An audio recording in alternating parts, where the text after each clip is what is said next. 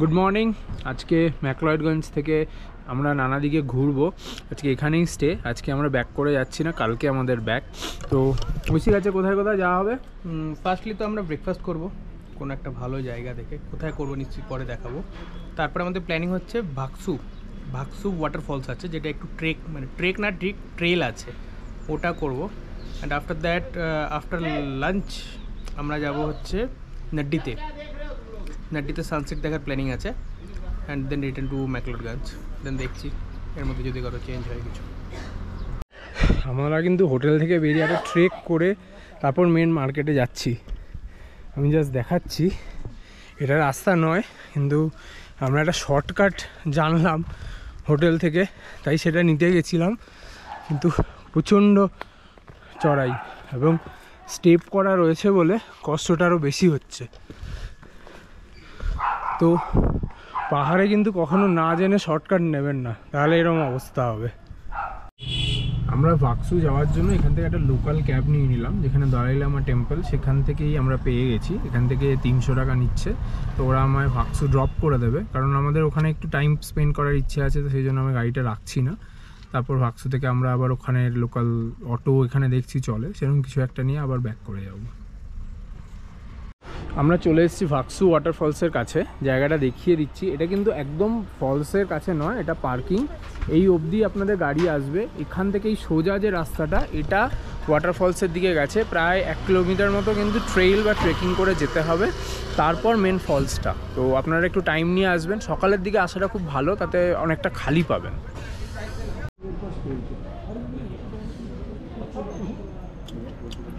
আমরা পরাঠা নিলাম এখানে, আলু পরাঠা, বেশ নরম আছে এবং উপরে বাটার দিয়ে দিয়েছে, যদিও কালকেরটা বাটার ছিল না। আর এখানে আচার আছে, ভালো খেতে। প্রাইস ওয়াইজ এটা 70 টাকা দাম। পরাঠার সাইজটা একটু দেখিয়ে দাও। সাইজটা বেশ বড়, তো ব্রেকফাস্টের জন্য তো বেশ ভালো। আর এটা ভাকসুর যে পার্কিংটা, তার একদম পাশেই আমি রেস্টুরেন্টটা দেখিয়ে দিচ্ছি। রেস্টুরেন্টের নাম হচ্ছে পাঞ্জাবি ধাবা। এখানে কিন্তু আপনারা ডিনার, লাঞ্চ সব রকম অপশানই পাবেন, যদিও এখন সেটা অ্যাভেলেবেল নয়। ব্রেকফাস্ট বলে ব্রেকফাস্টের মেনুটাই অ্যাভেলেবেল, বাট বেশ ভালো খেতে। পরোটাটা যতটা ভালো ছিল, ম্যাগিটা ততটাই বাজে। মানে আমরা খেতেই পারলাম না। 2টো ম্যাগি বলেছিলাম, একটা খেয়েছি কোনো মতো, আরেকটা পুরো ফেলতে হলো। তো আমার মনে হয় পাঞ্জাবি রেস্টুরেন্ট বলে এরা অন্য আইটেমগুলো করতে জানে না, বা এদের কাছে সেই কুক নেই। তো আপনারাও সেই বুঝে আসবেন। এখানে বাইরে আমার পিছনে দেখতে পাচ্ছেন অনেক ছোট ছোট দোকান আছে, যেগুলো কিন্তু আমার মনে হয় ভালোই হবে, কিন্তু ম্যাগি এত বাজে আমি কখনো খাইনি। আমরা এদিক থেকে আসছিলাম ভাকসু যাওয়ার ঠিক বাঁ দিকে। এখানে কিন্তু একটা জার্মান বেকারি রেস্টুরেন্ট একটা রয়েছে। আমি ঢুকে দেখছিলাম, এদের ব্রেকফাস্টের স্প্রেডটা কিন্তু বেশ ভালো। এখানে বিভিন্ন ব্রেকফাস্টের অপশান রয়েছে, মানে ফুল প্লেট হলো টেস্ট, ব্ল্যাক বিনস, বেকন এরকম, প্লাস এখানে ফুল লাঞ্চ অ্যান্ড ডিনারেরও অপশান রয়েছে। তো আপনারা কিন্তু এটাও ট্রাই আউট করতে পারেন। ভাকসু যাওয়ার রাস্তায় এই ভাকসু মাতা টেম্পলের আগে বেশ ভালো মার্কেট রয়েছে, কিন্তু এখানে বেশ উলেন মেটেরিয়াল রয়েছে, কিছু ঘর সাজানোর জিনিস রয়েছে, ব্যাগ রয়েছে। তো মেয়েদের জন্য কিন্তু ideal place for all shopping lovers. এখানে কিন্তু শপিং করতে পারেন। আমরা একটা দুটো জিনিস দাম করলাম, উলেন মেটেরিয়াল মোটামুটি রিজনেবল প্রাইস, মানে প্রচুর ওভার প্রাইস বা বেশি দাম চাইছে তা নয়, ঠিকঠাক দেখা যেতে পারে। আমরা ভাকসু ফলসের যে হাইক বা ট্রেকটা, সেটা এসে গেছি। এখান থেকে এই পিছন থেকে শুরু হয়েছে, শুরু হয়ে এই যে ভ্যালিটা রয়েছে, এটাই কিন্তু ভাকসু ফলস। ওই দূরে দেখা যাচ্ছে, যদিও এখন জল সেরকম নেই, জল বেশ কমই, কিন্তু হাইকটা কিন্তু একটু স্টিপ, যদিও খুব বেশি না। বাট দেখি উপরে গিয়ে কতটা থাকান হচ্ছে, সেইভাবে আপনাদের জানাবো। এটা কিন্তু একটা বেশ ইউনিক জিনিস। এই জলটা খুব ঠান্ডা এবং তার মধ্যে কোল্ড ড্রিঙ্কসের বটলগুলো রাখা। তো it's kind of a natural fridge. কোনো ঠান্ডা কিন্তু মানে কখনো কাটবে না, কন্টিনিউয়াস ঝর্ণা জল পড়ছে ঠান্ডা, আর এই বটলগুলো ঠান্ডা থাকবে। এখানে বেশ কিছু ফান অ্যাক্টিভিটি রয়েছে, যেমন আমি দেখতে পাচ্ছি এটা কিন্তু জিপ লাইনের মতো, বাট সাইক্লিং করে। আর ওইখানে আরেকটা ছিল জিপ লাইন। এখানে একটা সুন্দর ক্যাফে রয়েছে নিচে, ওখান থেকে আমরা হাঁটা স্টার্ট করেছি। এখন আস্তে আস্তে উপরের দিকে উঠে যাচ্ছি।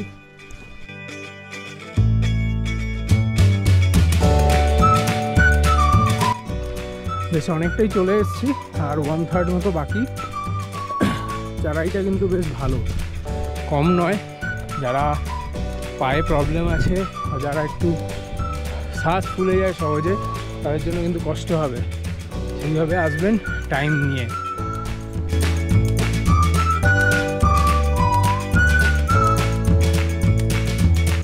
পৌঁছে গেছি ফলসটার একদম কাছে, যেখানে ফলসটা দেখা যাচ্ছে। এইটা হচ্ছে ফলস। যেহেতু এখন শীতকাল, তাই জল সেরম নেই, তো ঠিক আছে, মানে সেটা না হলেও এই যে হাইকটা উঠলাম, এটা বেশ ভালো, খুব সুন্দর সিনিক বিউটি। আর প্রচুর খাওয়ার অপশান রয়েছে, যেন পাশাপাশি দেখালাম। তো আপনার মোটামুটি 8 ঘন্টা 40 মিনিট লাগবে এটা উঠে আসতে। আর যারা একটু ফিট, তাড়াতাড়ি পারবেন, তারা 20 মিনিটও চলে আসতে পারেন। বাট ওভারঅল জায়গাটা বেশ সুন্দর।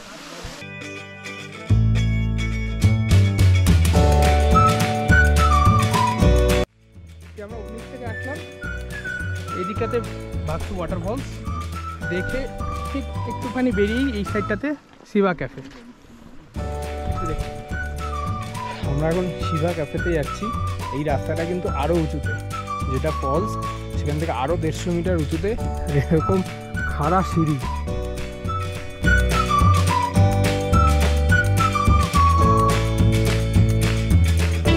এই যে কথাগুলো ম্যাডামের পুরো হালত টাইট, অনেক কষ্ট করে উঠছে এইরকম রাস্তা।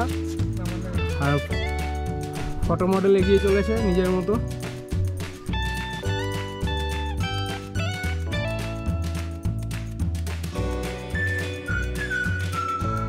পৌঁছে গেছি শিবা ক্যাফে, অনেকটা উঁচু, যেটা ফলস থেকেও বেশ, এবং রাস্তাটা ভীষণ খাড়াই। Not very easy, but worth to come. ভিউটা দেখুন, বেশ সুন্দর কিন্তু। এটা ইনসাইড আর এটা আউটসাইড সিটিং। আর এখান থেকে কিন্তু খুব ভালো প্যানোরামিক ভিউ রয়েছে। যেহেতু এটা ব্রাইট সানি ডে, তো আরোই ভালো লাগবে। জায়গাটা কিন্তু একদম হিপ্পি স্টাইল। আমি জাস্ট দেখাচ্ছি, বিভিন্ন ঠাকুরের সমস্ত পেন্টিং করা। এখানে একটা স্টোন ওয়ালের রুম, আর এখানে সুন্দর সিটিং অ্যারেঞ্জমেন্ট। ভেতরে পুরো মিউজিক চলছে, দারুণ অ্যাম্বিয়েন্স এবং ভাইবস দুটোই খুব ভালো। ভেতরের ভাইবসটা দেখুন।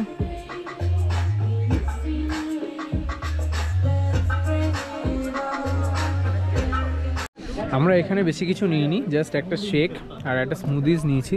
তো কেমন লাগছে? খুব ভালো খেতে, মানে এতটা হাইক করে এসে খুব রিফ্রেশিং লাগছে এটা। আর এখানকার অ্যাম্বিয়েন্স, মহলটা একদম অন্যরকম একটা ভাইবস। তো overall it's very good, very recommended to come. বুড়ো দাদু কেমন লাগছে? এটা অ্যাকচুয়ালি বুড়ো দাদুদের জায়গা নয়, বুড়ো দাদুরা আসবেন না। ইয়াংস্টারদের জন্য খুব ভালো জায়গা। Vibes and everything is for youngsters. আগে এটা বুঝে নাও, ইয়াংস্টারদের জন্য এই জায়গাটা। তো ইয়াংস্টাররা যারা গোটা ভারতবর্ষে, গোটা পৃথিবীতে রয়েছে, তারাই এখানে আছে, ইয়াংস্টাররা আছে। শিবা ক্যাফেতে স্মুদিজ আর শেক খেয়ে আমরা এখন নিচের দিকে যাচ্ছি। আরেকবার দেখিয়ে দিচ্ছি, লাস্ট সুন্দর অ্যাম্বিয়েন্স ছিল। কিন্তু এবার নিচে যাওয়াটাও কিন্তু খুব একটা ইজি হবে না, কারণ যে কোনো ট্রেকে যখন আমরা উপরে উঠি তখন আমাদের কষ্ট হয় ঠিকই, কিন্তু পা স্লিপ করার ব্যাপারটা কিন্তু নামার সময় হয়। বিশেষ করে কাপ মাসেল বা হ্যামস্ট্রিং ধরে যায়, তো খুব সাবধানে নামবো। এরপর আমাদের ইচ্ছে আছে ধরমকোট যাওয়ার। তো চলুন আগে এগোতে থাকি। নিচে নামছি, আমাদের সাথে কিন্তু অনেকে এখানে রয়েছে যারা ট্রিউন্ড পিকে যাচ্ছে ট্রেক করতে, দিয়ে আমার পিছনেই যাচ্ছে সবাই। আর অনেকে নেমে আসছে, তাদের থেকে একজনের থেকে শুনলাম ওখানে কিন্তু স্নোফল হয়েছে কালকে, এবং খুব দারুণ ঠান্ডা। এবং যারা আপনারা ট্রিউন্ড ট্রেকে যেতে চান তাদের জন্য কিন্তু ম্যাকলয়েডগঞ্জ একদম পারফেক্ট প্লেস। এখানে প্রচুর অপশান আছে যারা নিয়ে যায়। It's a 1 night trek. আপনারা এখান থেকে 9টা নাগাদ বেরোলে বিকেলের মধ্যে পৌঁছে যাবেন। রাতে থাকলেন, ভোরবেলা আফটার ব্রেকফাস্ট আবার স্টার্ট করলে আপনি বিফোর লাঞ্চ আপনি এই ম্যাকলয়েডগঞ্জ বা ভাগসুর এখানে চলে আসবেন। এই রুটটাই কিন্তু ট্রিউন্ড ট্রেকের রাস্তা। গভীর আলোচনায় দাদু এবং দিদা, ট্রেক নিয়ে আলোচনা চলছে দুজনের মধ্যে। দুজনেই প্ল্যান করছে নেক্সট ট্রিউন্ড ট্রেকে আসবে। রাস্তায় অনেক ট্যুরিস্ট, অনেক ইয়াং কাপল, অনেক ইয়াং জেনারেশন রয়েছে যারা যাচ্ছে। তাদের দেখে এরা ভীষণ এনথুসিয়াস্টিক। আশা করছি নেক্সট বছরই এরা ট্রিউন্ড করে নেবে। এখানে বেশ সুন্দর জিপ লাইন হচ্ছে, একটা যাওয়ার একটা আসার। আপনারা যারা interested for thrilling adventure sports, তারা কিন্তু এটা করতে পারেন। বিকজ খুব সুন্দর নিচে ভ্যালিটা রয়েছে, ওপাশে ফলসের ভিউ থাকবে, এপাশে পুরো ফুল ভ্যালি ভিউ। ভালো, বেশ এনজয় করার মতো। এখানে আমরা কিছু শপিং করলাম। স্বরলিপি এখানে আমার জন্য একটা ড্রেস কিনলো, 450 বলেছিল, সেটা 300 রাজি হলো। তো এখানে কিন্তু আপনারা করতে পারেন, বিভিন্ন দোকান রয়েছে এখানে।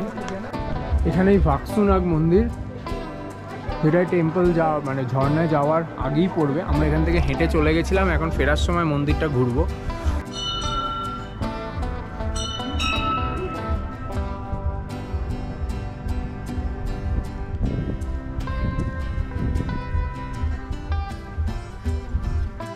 সামনে এখানে জল রয়েছে, যেখানে পুণ্য স্নান করে এখানে পুজো দেওয়া হয়।